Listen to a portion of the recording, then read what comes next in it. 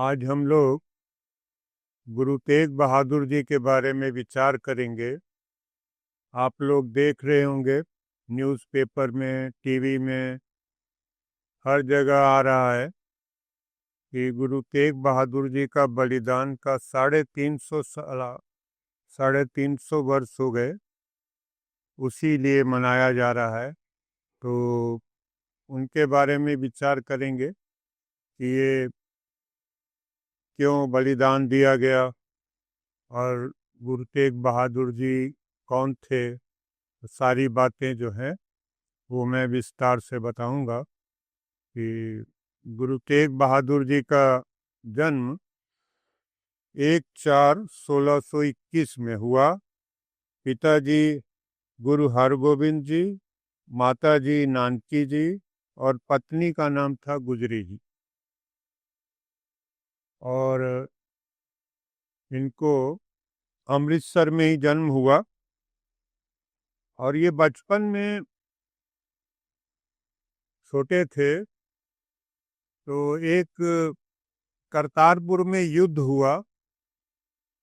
उस समय इनका नाम पिताजी ने रखा था त्यागमल।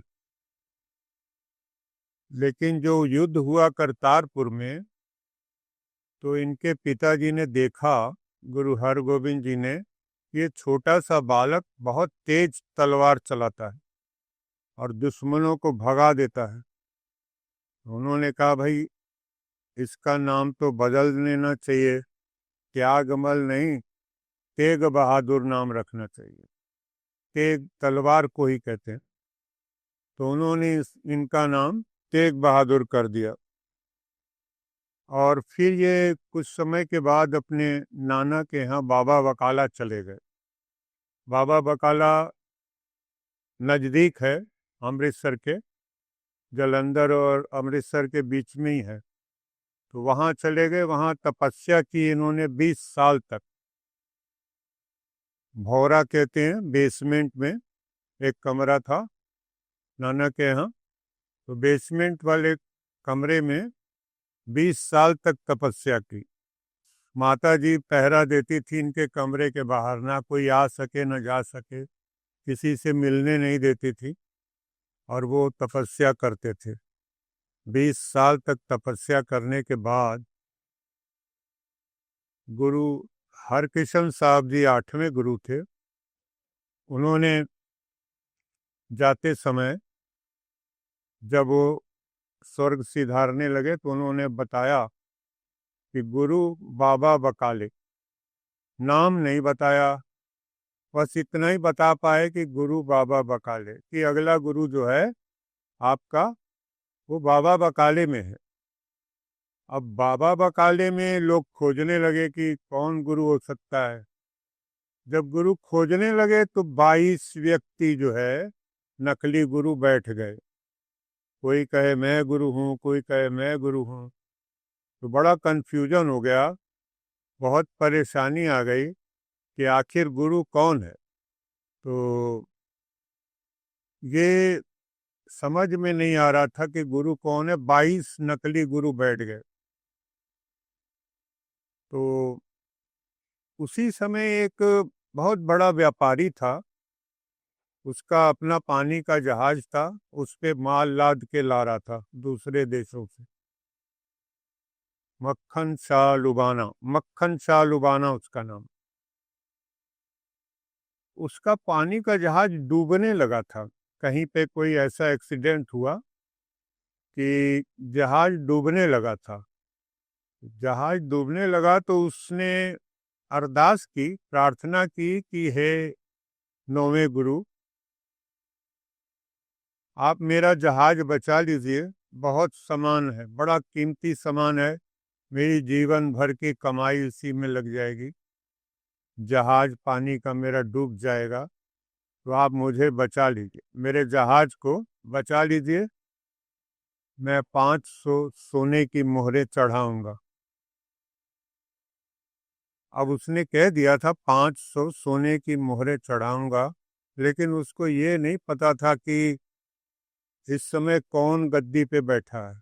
इतना उसको पता था कि 8वें गुरु गुजर गए हैं, तो 9वें गुरु को मैं 500 सोने की मोहरें चढ़ाऊंगा अगर मेरा जहाज बच जाए।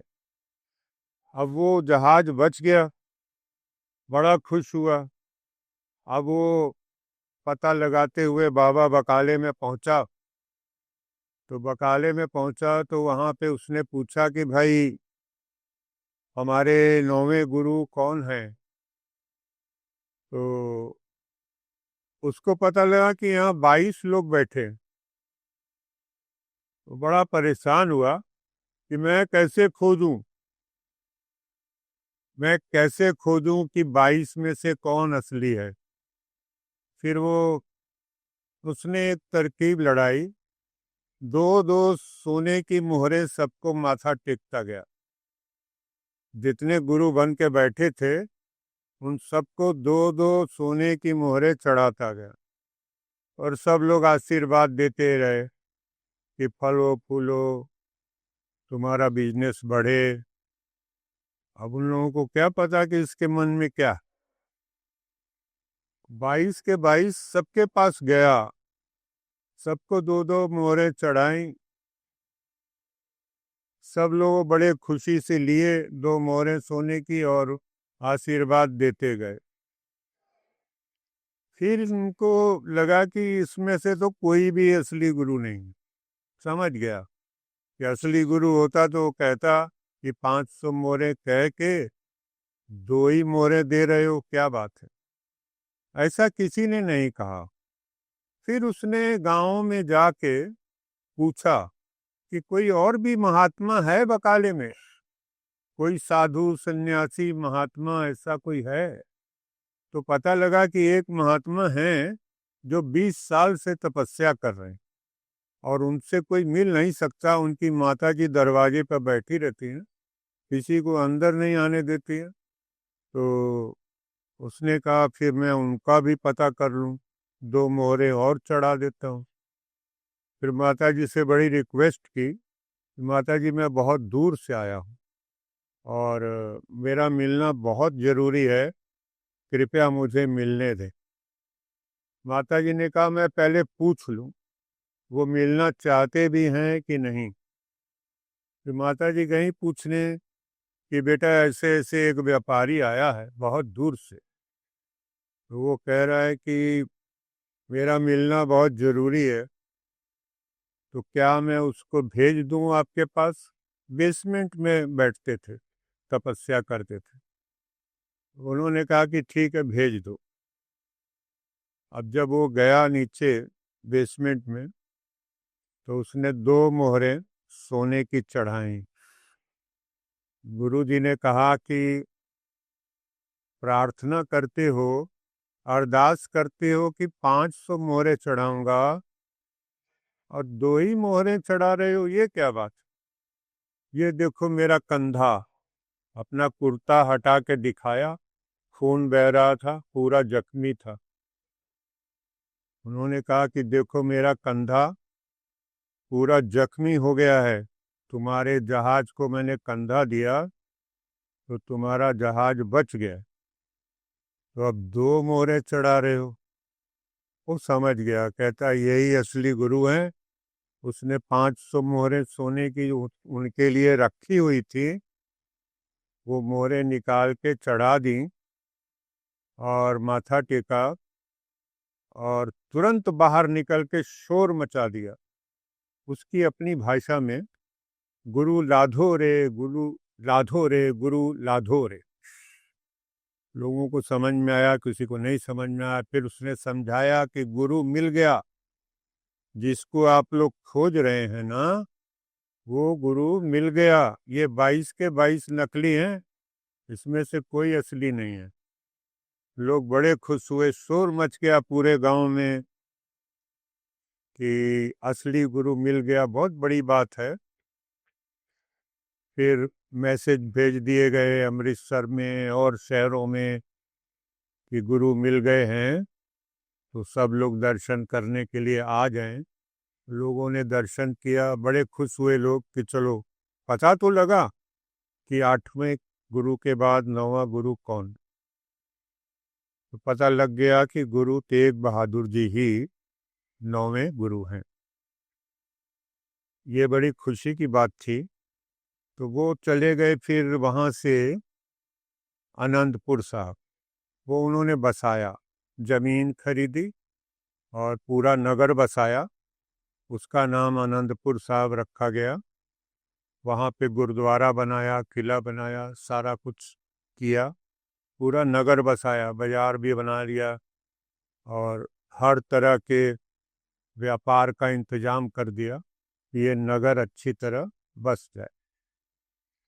अब थोड़े टाइम बाद कश्मीर से लगभग 700 ब्राह्मण थे, पंडित, वो आए। कृपाराम उनके नेता थे, पंडित कृपाराम जी। उन्होंने कहा कि महाराज, हम लोग आपके लिए आपके पास आए हैं बड़ी उम्मीद लेके। औरंगजेब ने हुक्म कर दिया है कश्मीर के लिए कि कोई भी व्यक्ति जनेऊ नहीं पहन सकता, माथे पे टीका नहीं लगा सकता, सबको मुसलमान बना दो, जो मुसलमान ना बने उसको मार डालो। बड़ा सख्त हुक्म जारी कर दिया है औरंगजेब ने। कश्मीर से इसलिए शुरू किया था कि कश्मीर के बड़े पंडित जो हैं बड़े बुद्धिमान थे, बहुत पढ़े लिखे थे और उनका विचार था अगर ये मुसलमान बन गए ना कश्मीर वाले, तो पूरा हिंदुस्तान मुसलमान बन जाएगा, क्योंकि ये बड़े बुद्धिजीवी हैं कश्मीर वाले। तो उन्होंने बताया, रोने लगे कि ये हम लोगों के साथ बहुत बड़ा जुल्म हो रहा है। ये वार्ता चल रही थी, गुरुजी उनकी बातें सुन रहे थे। तो बालक गोविंद राय, जो गुरु गोविंद सिंह है, बच्चे थे 9 साल के, बालक गोविंद राय खेलते खेलते आए। बड़े हैरान हुए कि इतने लोग कहाँ से आए हैं, क्या कह रहे हैं। उन्होंने पिताजी से पूछा, गुरु तेग बहादुर जी से, कि पिताजी ये लोग क्या कह रहे हैं।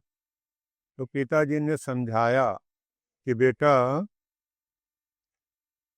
वक्त का जो बादशाह है औरंगजेब, वो इनके साथ जबरदस्ती कर रहा है, इनको जबरदस्ती मुसलमान बना रहा, इनका जनेऊ, इनका तिलक, ये सारा छीन रहा है।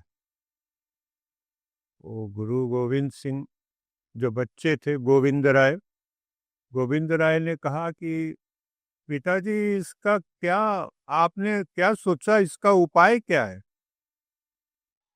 तो गुरु तेग बहादुर जी ने कहा कि कोई बहुत बड़ा महान पुरुष जो है अपना बलिदान देगा, तभी ये समस्या सुलझेगी, वरना ये समस्या सुलझेगी नहीं।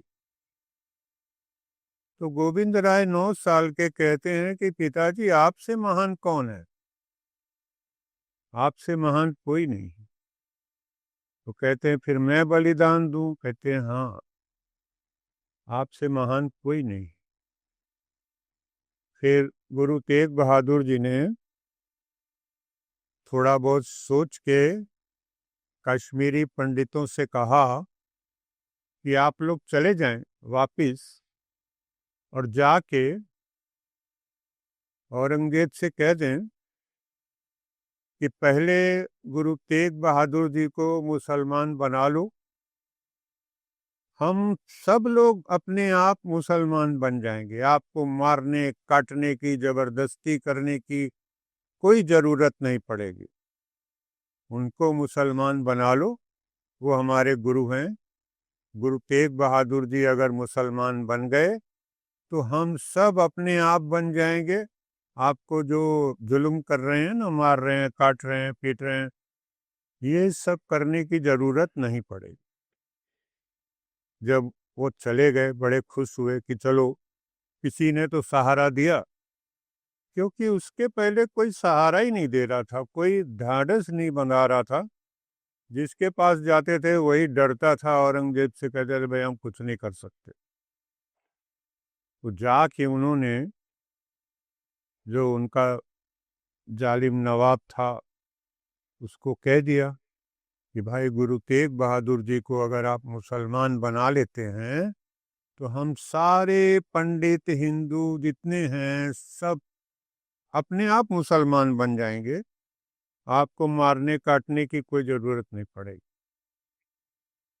बड़ा खुश हुआ नवाब। उसने जब औरंगजेब से कहा तो औरंगजेब भी बड़ा खुश हुआ कि लो, एक आदमी को मुसलमान बनाने से अगर सारे मुसलमान बन जाते हैं तो ये तो हम लोगों के लिए बड़ी खुशी की बात है, क्योंकि एक आदमी को तो हम लोग बना ही लेंगे मुसलमान।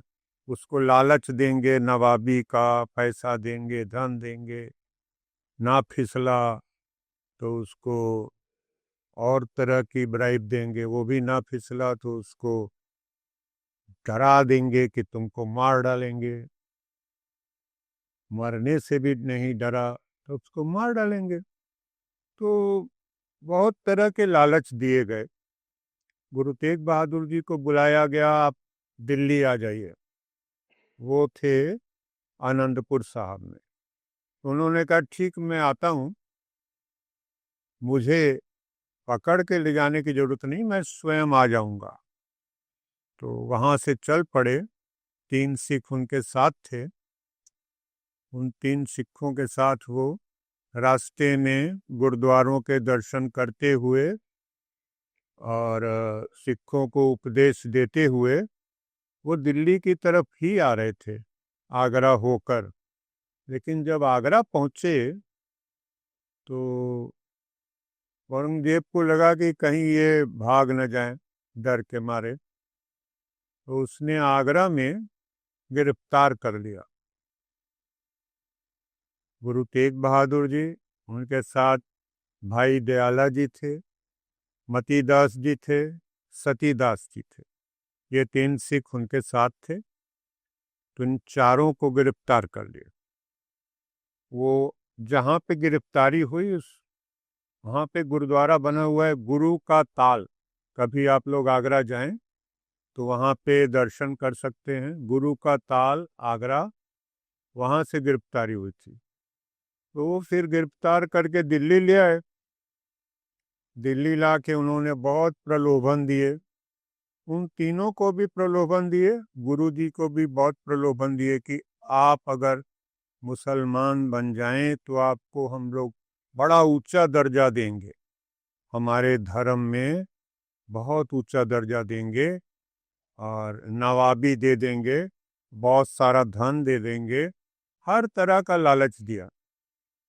जब उन्होंने देखा कि ये तो लालच से नहीं मान रहे तो उन्होंने डराया कि आप बहुत बुरी मौत मारेंगे, आपके शिष्यों को भी बहुत मारेंगे। तो गुरुजी ने कहा कि भाई मैं अपना धर्म परिवर्तन नहीं कर सकता, ये काम जो आप कर रहे हैं ये ठीक नहीं है।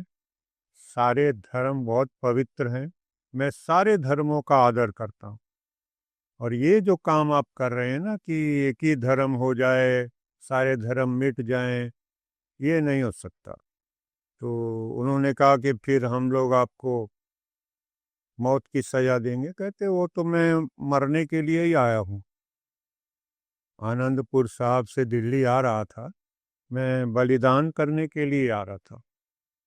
वो बलिदान करने के लिए आ रहे थे, इसलिए गोविंद राय को गद्दी देकर आए थे।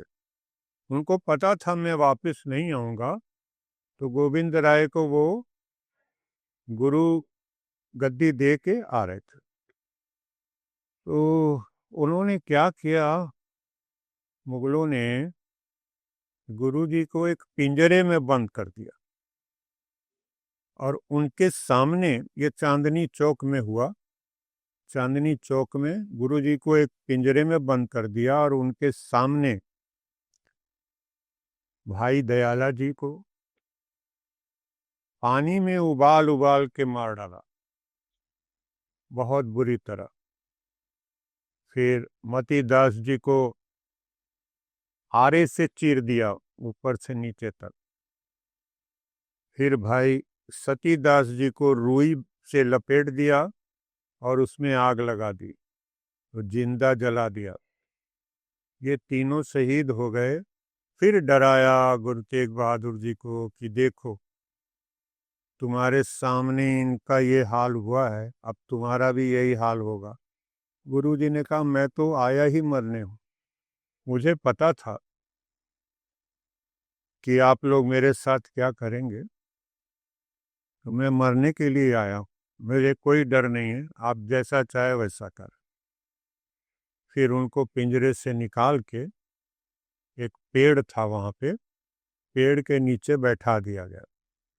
गुरु जी पाठ करने लगे तो उनका ध्यान तो पाठ में था, आंखें बंद कर ली और जपजी साहब का पाठ करते रहे। पाठ करते रहे, उधर से औरंगजेब ने ऑर्डर किया कि इनका गला काट दिया जाए। तो जल्लाद आया और उसने उनका गला काट दिया। अब शीश गिर गया जमीन पे और धड़ अलग।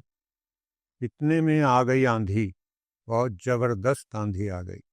प्रकृति ने साथ दिया कि उनका शरीर जो है वो बेइज्जत नहीं हो पाया। शरीर का संस्कार अच्छे से हुआ, प्रकृति ने साथ दिया। बहुत तेज आंधी आई और किसी को कुछ दिखाई नहीं दे रहा था। इतने में एक सिख था, उसका नाम इतिहास में भाई जैता जी लिखा है और उसका नाम जीवन सिंह रंगरेटा भी लिखा है। रंगरेटा होते हैं पिछड़ी जात वाले वहां पे पंजाब में। तो उसने उसके पास था कपड़ा, उसमें लपेटा और लेके भाग गया पैदल ही। भागते भागते भागते भागते रुका नहीं, पैदल ही भागता गया। रात पड़ी तो रुक गया कहीं, किसी सिख के घर, किसी रिश्तेदार के घर, और सवेरे सवेरे फिर भागना शुरू कर दिया। भागते भागते वो पहुंच गया कीरतपुर साहब, आनंदपुर साहब के पास में ही। कीरतपुर साहब पहुंचा और वहां से जाके मैसेज भेज दिया गुरु गोविंद सिंह को कि मैं आपके पिताजी का शीश लेके आ गया हूँ। तो वो फौरन गुरु गोविंद सिंह परिवार के साथ आए कीरतपुर साहब से उन्होंने शीश उठाया और जीवन सिंह रंगरेटा को गले से लगा लिया। बहुत प्यार किया कि इतने लोग खड़े थे वहां, सैकड़ों लोग खड़े थे, किसी की हिम्मत नहीं पड़ी और तुमने इतना बहादुरी का काम किया। तो रंगरेटे गुरु के बेटे, उन्होंने कहा जो अब तुम्हारी जात है, पिछड़ी जात कहते हैं लोग, हम नहीं मानते, तो सारे रंगरेटे गुरु के बेटे, आप सब हमारे बेटे। उनकी पूरी जात को उन्होंने बहुत इज्जत दी, रंगरेटे गुरु के बेटे ऐसे बोला। और शीश उनका ले गए। फिर आनंदपुर साहब वहां जाके अंतिम संस्कार किया। उस वहां पे गुरुद्वारा बना है शीशगंज। एक तो ये शीशगंज है ना, जहाँ पे चांदनी चौक में गुरु जी को शहीद किया गया, और जहाँ पे उनका अंतिम संस्कार किया गया वहां भी गुरुद्वारा बना हुआ है आनंदपुर साहब में, उसका नाम है शीशगंज। अब ये धड़ गिरा था। अब धड़ गिरा था तो एक लखी शाह बंजारा, इसके पास बैलगाड़ियां थी बहुत सारी, 100 के करीब बैलगाड़ियां थी। ये कहीं ठेका मिल जाता था ईंट ढोने का, कभी बालू ढोने का, कभी मिट्टी ढोने का, जैसा भी ठेका मिल जाता था ये काम करता था। बहुत बड़ा बिजनेस था इसका। 100 बैलगाड़ियां थी। उस दिन इसके पास बैलगाड़ियों में रुई थी, रुई ढोने का ठेका मिला हुआ था। इसने तुरंत, अब आंधी आई हुई है, तुरंत एक बैलगाड़ी रुकी और रुई में ढक दिया, पूरा धड़ जो है रुई से ढक दिया और लेके भागा।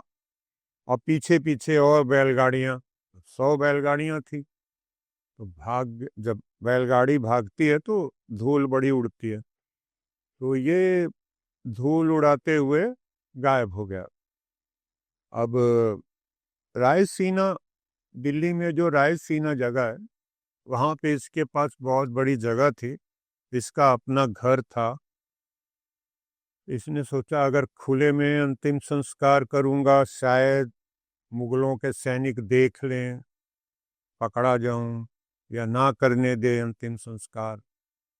ये सोचकर अपने घर ले गया, एक बैलगाड़ी अपने घर ले गया, बाकी बैलगाड़ियां रोड पर इधर उधर खड़ी कर दी। रायसीना जगह, वहां पे इन्होंने क्या किया, अपने घर ले जाकर धड़ को चिता बनाई, उसका अंतिम संस्कार कर दिया। उसके बाद अपने पूरे घर को ही आग लगा दी, पूरे घर को आग लगा दी कि किसी को डाउट ना हो कि इसने संस्कार किया है। सबको ऐसा लगे कि इस बेचारे के घर आग लग गई तो हम लोग भी कोशिश करें बुझाने की। कोई बाल्टी में पानी वानी लेके लोग आ गए, ये खुद भी बाल्टी में पानी ले लेकर इधर उधर गिरा देता था, लोगों को समझ में ना आए कि इसके घर में एक्चुअली आग लगी है कि इसने खुद लगाई। तो वहाँ अंतिम संस्कार ठीक से हो गया, इधर धड़ का और उधर आनंदपुर साहब में शीश का। तो इस तरह से जो शरीर का जो है अंतिम संस्कार हो गया। इस तरह प्रकृति ने गुरु जी के श्रद्धालु सिख भाई जेता जी और लक्ष्मी शाह बंजारा के साहसिक कार्य से गुरु जी के पार्थिव शरीर का अपमान होने से बचा लिया। शरीर का अपमान हो सकता था कि अगर छोड़ देते रोड पे या मैदान में, हो सकता है चील कौवे आ जाते, कुत्ते आ जाते, तो बड़ा अपमान होता शरीर का। तो ये जो प्रकृति थी, इसने क्या किया, आंधी आ गई बहुत तेज, तो उस आंधी के कारण ये दोनों सिख जो है अपना अपना कार्य कर सके, किसी को कुछ दिखाई नहीं दे रहा था। गुरु जी के बलिदान के बाद कश्मीर में किसी भी हिंदू का जनेऊ जबरदस्ती नहीं उतारा गया। अब क्योंकि इन्होंने शर्त रखी थी ना कि अगर गुरु भी मुसलमान बन जाएंगे तो हम सब मुसलमान बन जाएंगे, और अगर गुरु जी को आप मुसलमान नहीं बना पाए तो हम लोगों को भी तंग नहीं करेंगे आप। अब ये शर्त थी, तो ये शर्त उन्होंने मानी। गुरु जी के बलिदान के बाद कश्मीर में किसी भी हिंदू का जनेऊ जबरदस्ती नहीं उतारा गया। धर्म परिवर्तन के लिए किसी से जबरदस्ती नहीं की गई। इस बलिदान की ये बहुत बड़ी उपलब्धि थी। बलिदान जरूर हुआ है उनका, लेकिन बहुत बड़ी उपलब्धि भी थी कि किसी को जबरदस्ती मुसलमान नहीं उसके बाद बनाया गया, और जनेऊ नहीं जबरदस्ती उतारा गया, तिलक लगाने से मना नहीं किया। ये बहुत बड़ी उपलब्धि थी। धन्यवाद।